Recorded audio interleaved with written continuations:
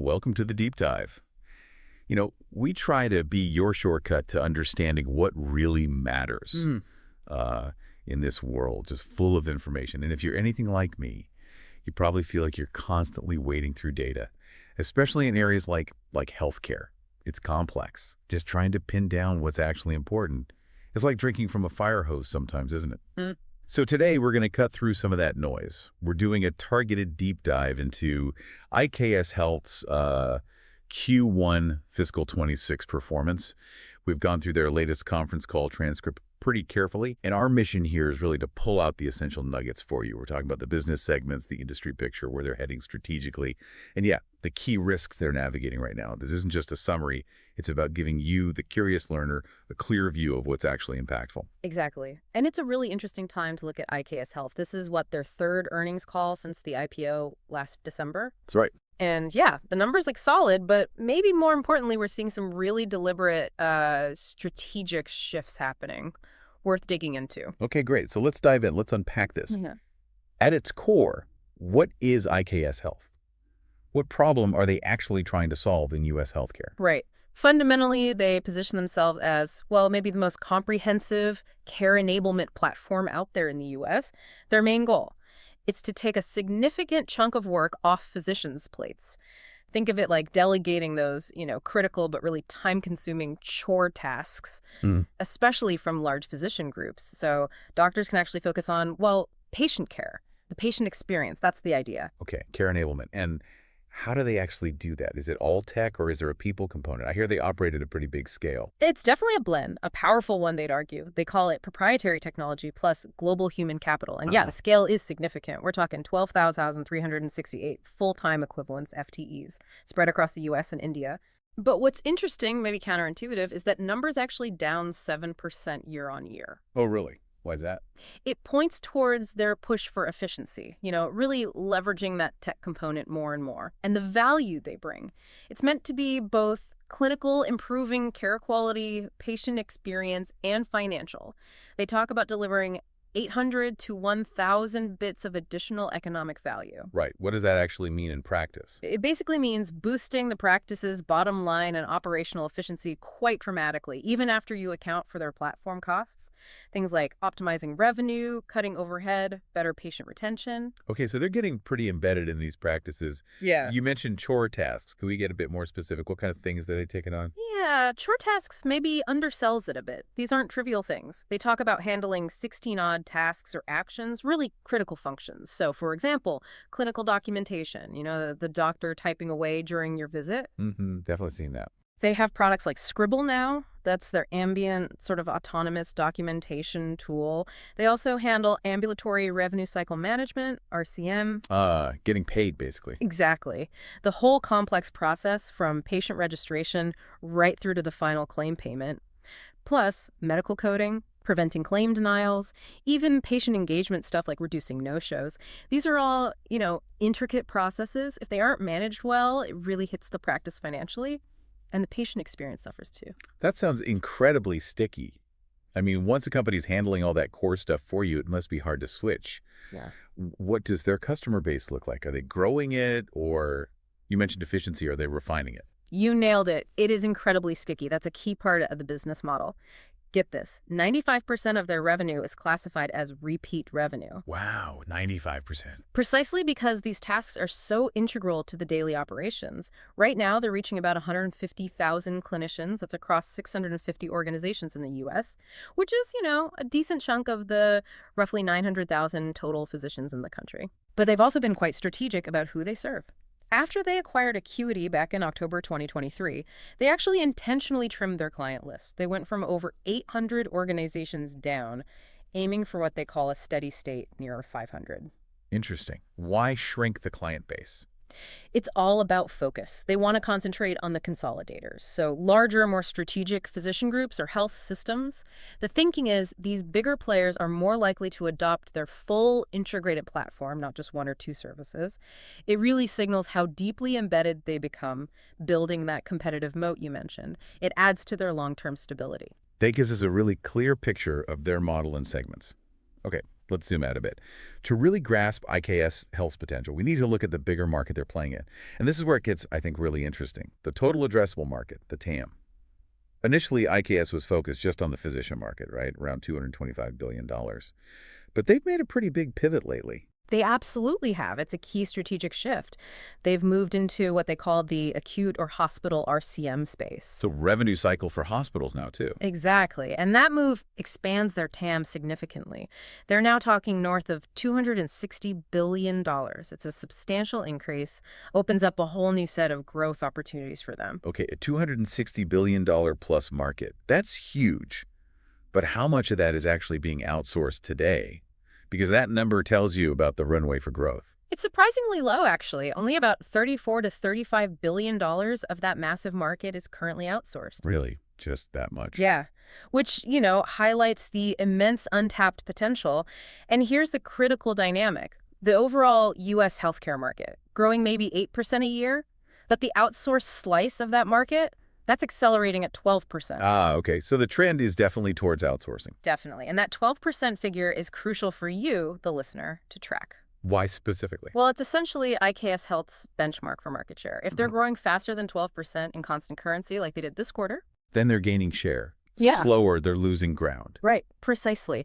And this accelerating trend isn't just happening in a vacuum. U.S. healthcare is under just tremendous financial stress. Pressures around cost, quality, access.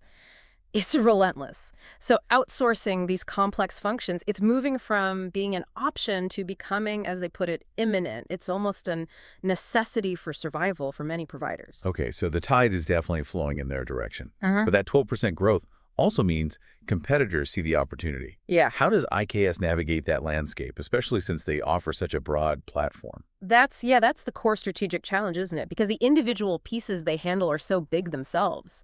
Like clinical documentation, that's a $30 billion market on its own. Ambulatory RCM, another $40 billion. Wow. So you naturally get a lot of point solution companies, firms that just specialize in doing one or two of those things really well, and they can build very successful businesses doing just that. Right, specialization makes sense. So what's IKS Health's argument against that? What's their competitive edge if others are mastering these individual pieces? What's the thesis that sets them apart? Their core belief, their thesis is this.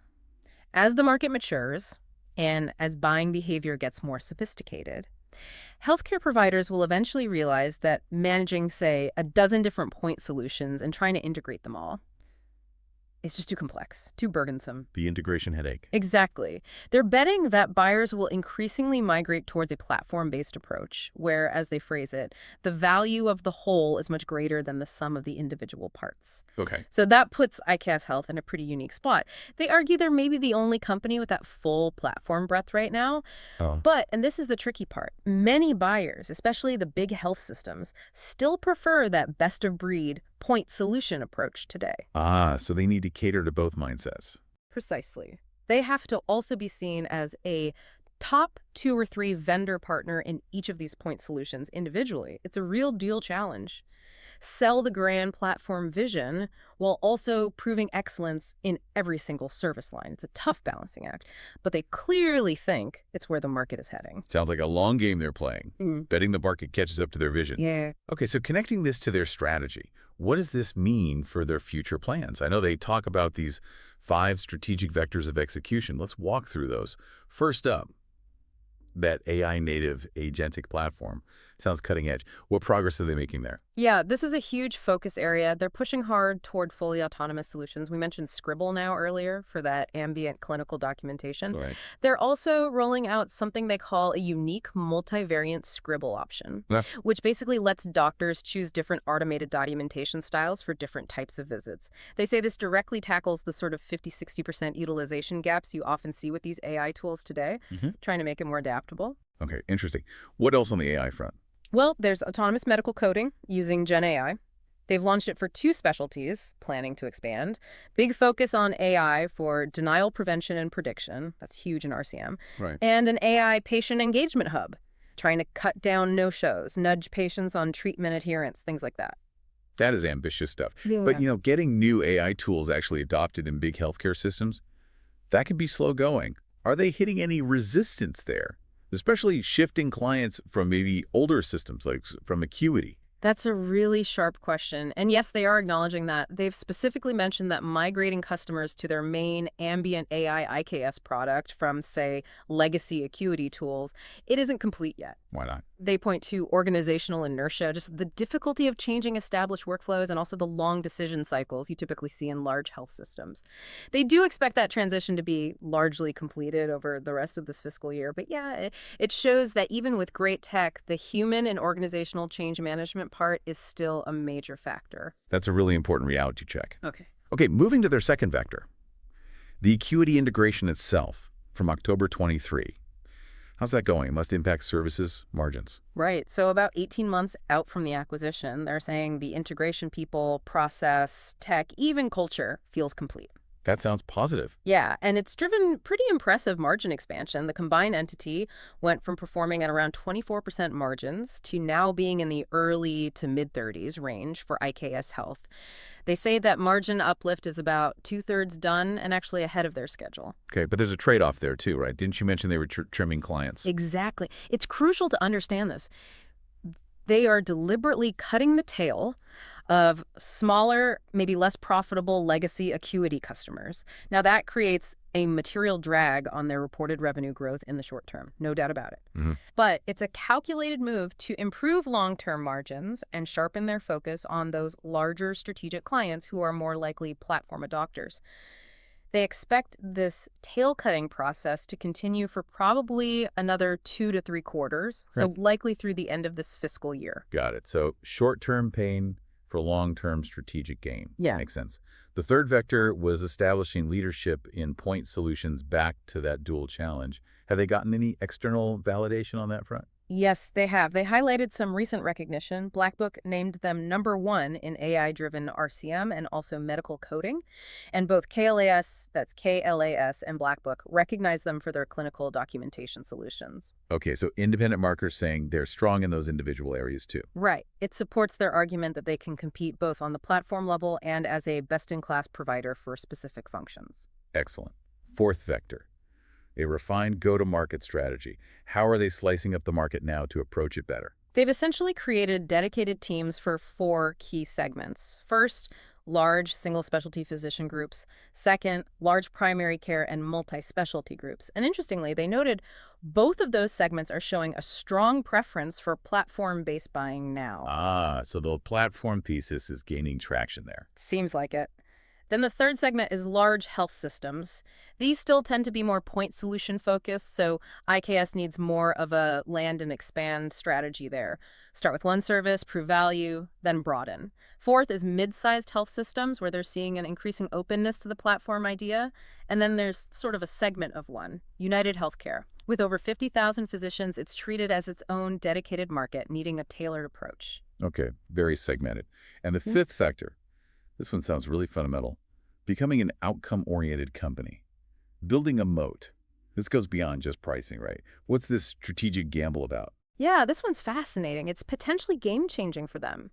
They're actively shifting away from traditional pricing models like percentage of revenue towards deal structures that are fundamentally tied to the customer's outcomes. So IKS Health's success is directly linked to the client's financial or operational success. Exactly. It's a profound strategic bet. They're basically saying, our platform delivers so much quantifiable value, we're willing to put our own revenue on the line based on the results we achieve for you. Putting their money where their mouth is. Pretty much. And they see 3 big benefits. One, it creates incredibly powerful, real-world proof points for their platform thesis. Hard to argue with results. 2, it leads to much, much longer-term deals. We're talking 15 years with Palomar Health, or even a perpetual 30-year deal structure with Western Washington Medical Group. 30 years. Wow. Yeah. And third, it potentially generates a second set of economics. They get to participate directly in the client's P&L improvements that they help drive. That sounds transformative, but also like a huge responsibility, right? Yeah. If their revenue depends on the client's results, they're not just a vendor anymore. They're much more like a partner deeply involved in the client's operations. What's the challenge or the risk there? You've put your finger right on it. That's the core challenge. It means IKS Health now also has to be responsible for actually driving change in the customer's organization to get those outcomes. It requires a much deeper level of engagement. They need to influence operations, maybe even help execute changes within the client's business. That's a much higher bar than just delivering a service or a piece of software. Definitely a higher bar. Okay, so all this strategy, these deals, it has to show up in the numbers eventually. Hmm. Let's talk about their Q1 fiscal 26 financial performance. What were the highlights? Did the results validate these moves? The numbers certainly seem to back up the strategy, yeah. Pretty robust performance. Revenue came in at 740 crores. Now, a crore is 10 million Indian rupees, so that translates roughly. Hmm. But the key is the growth. That's 16% year-on-year growth in reported currency, or, maybe more importantly, 13% on a constant currency basis. And that 13%, that beats the 12% outsourced market growth benchmark we talked about. It does, by a bit, but yes. It confirms they are gaining market share, which is critical validation. EBITDA margin was strong at 32%. That's up significantly, 36% year-on-year growth in EBITDA itself. Okay. And what really stood out, I think, was the bottom line. Profit after tax, or PAT, grew even faster, 59% growth year-on-year, hitting 151 crores. Why did PAT grow so much faster than revenue or even EBITDA? Largely due to lower interest costs, they've been actively paying down debt, which flows straight through to the bottom line. And their earnings per share, EPS, followed suit, came in at 9 rupees, showing a healthy 58% year-on-year growth. So that faster growth in PET and EPS compared to the top line, it really indicates strong operational leverage and effective financial management, especially on the debt side. Those are definitely impressive numbers, validates the direction. But of course, no path is perfectly smooth. What are the key risks, the future considerations, the hurdles that IKS Health is still navigating, especially given some of those deliberate trade-offs we discussed, like the acuity tail cutting? Right. It raises that important question. Great numbers, but what are the ongoing challenges? We've already talked quite a bit about that acuity tail drag. Intentionally shedding those smaller legacy customers is a material drag on the top line revenue growth number. Can't ignore that. Again, it's deliberate, aimed at improving margins. And that process, as we said, probably continues for another 2 to 3 quarters. Related to that is the fact that shifting from Acuity's more human-heavy model to IKS Health's tech-led platform, well, it naturally means lower revenue per physician units. Even though margins go up. Correct. It's just a different economic model per user. And you mentioned the adoption hurdles for the new AI products due to organizational inertia. What about other technical bottlenecks, like integrating with existing hospital systems, the EHRs? Yes, that's definitely another one to watch, even with that really exciting Western Washington Medical Group deal. You know, the one where they invested $17 million for a 48% stake in the MSO using their whole platform? Yeah, the Live Lab deal. Right. Its full implementation, getting all the value streams flowing, is currently dependent on getting the integration with the Epic EHR system fully up and running. Epic is, a huge player in the EHR market, dominant. And IKS acknowledged that this Epic integration piece is a current bottleneck. A bottleneck with Epic. Yeah. That sounds potentially significant. How big a deal is that, and how are they tackling it? Because that seems crucial for scaling these big outcome-based deals. It is significant, no doubt. Epic integrations are notoriously complex, but also absolutely critical for the kind of deep operational partnership IKS is aiming for. Now, they didn't go into granular detail on the specific tactics for overcoming the bottleneck in this particular call, but their entire model hinges on this kind of deep EHR integration. The fact they committed $17 million to the Western Washington deal suggests they have very high confidence they will resolve it. You'd assume that involves dedicated engineering teams, probably close collaboration with Epic itself, maybe third-party integration experts. It's definitely a near-term challenge they have to manage carefully to unlock the full potential of these long-term outcome-based contracts. Also, on the risk side, there was some mention of potential acquisition risk around the Palomar deal. But IKS feels they have strong contractual protections there, like penal clauses. Plus, their view is that any potential acquirers, say UC San Diego, which has been mentioned, would likely want to keep IKS Health involved given the ROI they're demonstrating. Why disrupt something that's working? Fair point. And one final point on margins. While they hit that strong 32% EBITDA margin and are heading towards their target of early to mid-30s, the company explicitly guided that they expect margins to kind of stabilize around that level, not necessarily keep expanding dramatically further. Oh, okay. Why stabilize? It's not a sign of weakness. It's because they plan to continue investing heavily, Yeah. specifically in R&D. They're running at about 5% of revenue now, compared to maybe 1.52% historically for companies in this space, Hmm. and also continued investment in sales and marketing to drive that long-term growth. So reinvesting for the future rather than maximizing near-term margin. That makes sense. Okay, so considering all these pieces, the strategic vectors, the financial results, but also these deliberate trade-offs and risks, things like sacrificing short-term revenue growth for margins and strategic fit, dealing with AI adoption inertia, managing complex EHR integrations. What does all this tell us about IKS Health's underlying confidence in their big platform thesis? Does it signal they're really buckled in for the long haul here? I think it speaks volumes about their confidence, actually. These aren't unforeseen problems. Many are the result of deliberate strategic choices. That willingness to accept near-term drags, like the acuity tail cutting or the lower revenue per physician from the tech model, in order to build what they believe is a much stronger, more defensible, ultimately more dominant long-term business. It suggests a very strong conviction in that platform vision. They're clearly prioritizing market share capture, deep platform adoption, and those sticky outcome-based relationships over optimizing every quarterly revenue number.